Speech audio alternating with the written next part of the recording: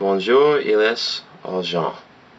So finally, even though this is kind of old news at this point, A Link to the Past is getting a sequel for the 3DS, and I'm actually pretty happy about this because A Link to the Past was the first Zelda I played, and when I think of Zelda, this is the game that I think of. Okay, if it's not that, then Ocarina of Time. You know, that's good times, but one thing I'm really getting tired of hearing from other people is, oh, well, A Link to the Past is coming out, the sequel to A Link to the Past is coming out, it's not really necessary. We're getting a sequel to that, but we could have got a remake to Majora's Mask or a sequel to that. I'm like, look, okay.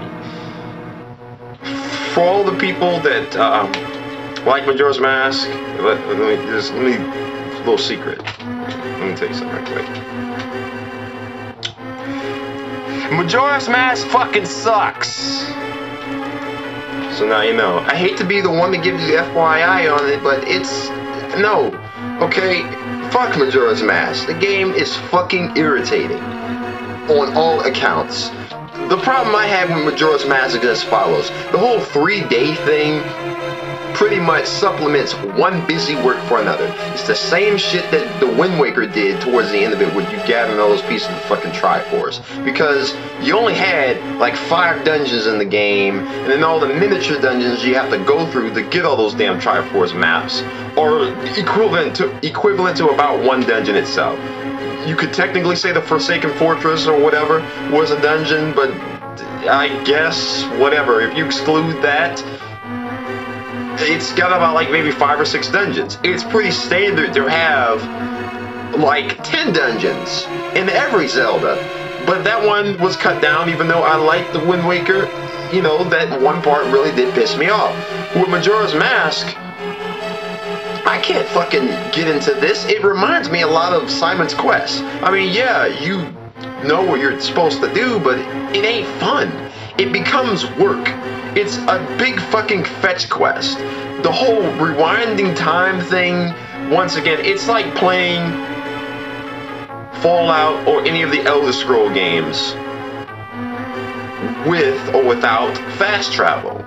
You know, because I remember playing Oblivion years ago when it first came out and did not realize that it had fast travel. I'm like, fuck this game. This game takes for fucking ever. Now, years later, I came back to it a little bit before Skyrim came out and played it. I'm like, alright, that's a good time. You know, if I couldn't get over the game freezes and bugs and glitches that it had, just like its follower, Skyrim, when it comes to Majora's Mask, aside from having to put up with the same fucking characters all over again, you got this overly convoluted storyline, and then you got these creepy characters, which I'm not even gonna disclose into that because, oh my god.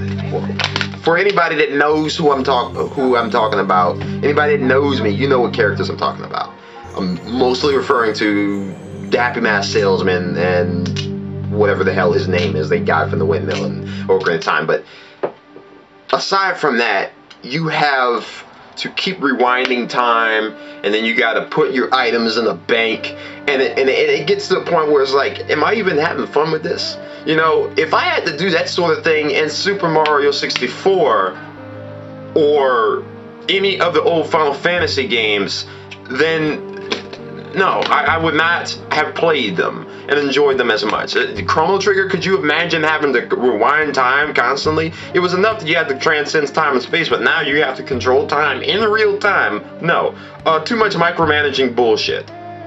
Especially when you think about Ocarina of Time, Majora's Mask being a sequel to Ocarina of Time on a technical basis. But ever since Ocarina of Time, to me, that was the Final Fantasy VII equivalent of the series, because it introduced the same type of, or if not a similar type of fanboyism that Final Fantasy VII introduced to the audience, because ever since then the games have been marketed in a way where it's targeting a certain type of audience. When you actually go back and play the games before Final Fantasy VII, you realize that they not only were good games, but they were presented in such a different way that they didn't even feel like they were Final Fantasy. If, you know, Final Fantasy VII was your first one, and for a lot of people it was. I mean, who's to blame you when the last one was Final Fantasy III, which was technically Final Fantasy VI, and that was on the NES, and that came out, I forget what year, but, and then Final Fantasy VII comes out, but with Majora's Mask, with it coming out shortly after Ocarina of Time, aside from needing a damn expansion pack to play it, and I hate to say it, but that 64 controller, looking back at it, God, I don't know how the hell I was even able to play those games, let alone put up with the controller design. Would you want, I mean, the controller wouldn't be a big issue if it were put in the 3DS or remade for the Wii U, God forbid. I hope they don't do that shit. But even still, I'm not going to have fun with this game aside from having one of... You thought the Water Temple in Ocarina of Time was bad. Oh, holy shit. This one is designed in a similar sense, and I just, for some reason, I just did not like the camera in Majora's Mask. It was similar, it was damn near the same as Ocarina of Time, but for some reason I could just never get a grasp of what I'm supposed to look at. When you look at the trailer to A Link to the Past 2, the one things that I really like is the use of all the old sound effects. Because those old sound effects, they just takes me back to my childhood, but that's not why I hated Majora's Mask. That's not why when I say I like A Link to the Past a bit more than Ocarina of Time, it's not because of the whole takes me back to my childhood. I just think it's a better game. Ocarina of Time is not as straightforward as A Link to the Past, in my opinion. I think that you have to do all these sorts of things. Well, then again, A Link to the Past, thinking about it, you kind of had to do similar things, but even then, it flows faster. And I guess that makes sense when being 3D models and whatnot in Ocarina of Time, but if I would put them side to side, it's really a flip of the coin because they're both masterpieces. But Majora's Mask is not going to be on that fucking list of masterpieces.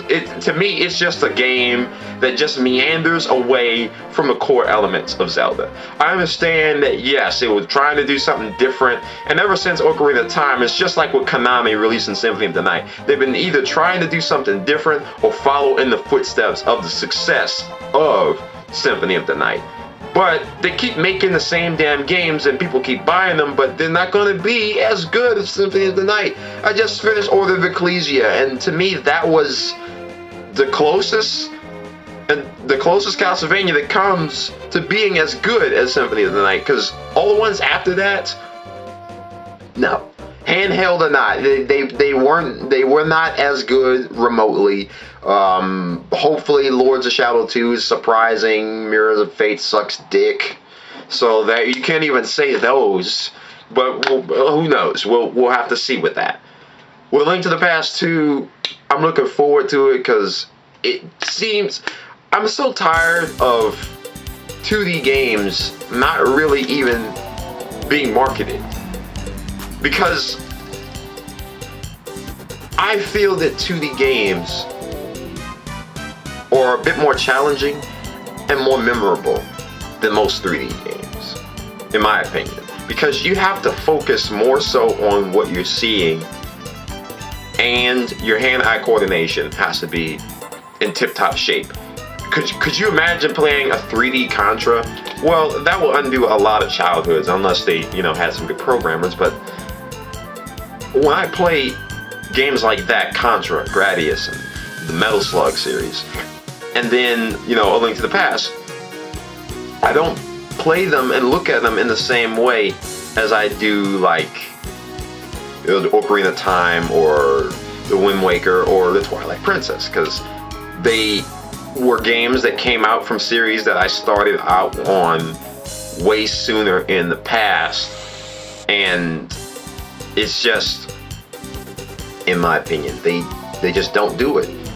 And Majora's Mask, it can't even get on the list of things that I can compare it to, because I hate it. I really did. I hated Majora's Mask.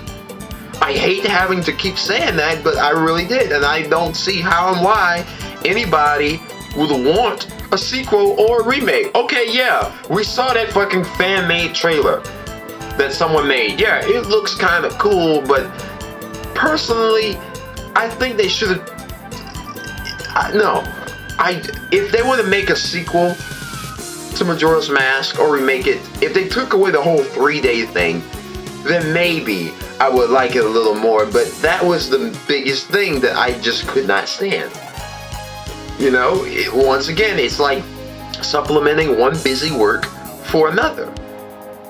Just to drive the story or to make it seem like it's long. And it's really not fucking long. It's a giant fucking side quest for Mask.